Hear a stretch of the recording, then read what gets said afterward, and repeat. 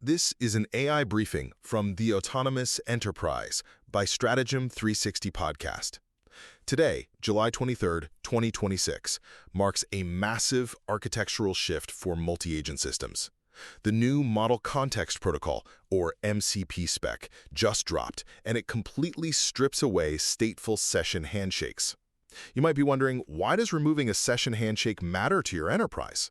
Well, first, MCP is now entirely stateless at the transport layer. That means no more sticky server connections or managing complex Redis stores.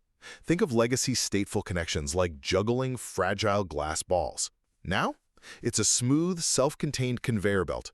It allows your agents to scale horizontally, just like cloud-native microservices. Because these requests are now completely self-contained, the new spec requires MCP method and MCP name routing headers. So what does this actually mean for your gateway? It means your enterprise API gateways can direct heavy traffic instantly without ever having to peek inside the decrypted JSON payload box.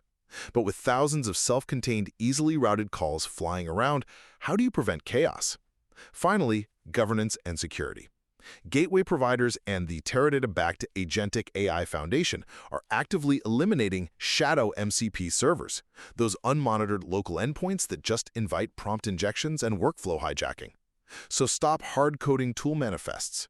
Instead, you got to drop in an enterprise gateway using OAuth 2.1 for identity scoping and OpenTelemetry for trace propagation. Bottom line, to turn isolated AI experiments into a resilient systems of action fabric, your tool discovery must be dynamic, stateless, and gateway enforced.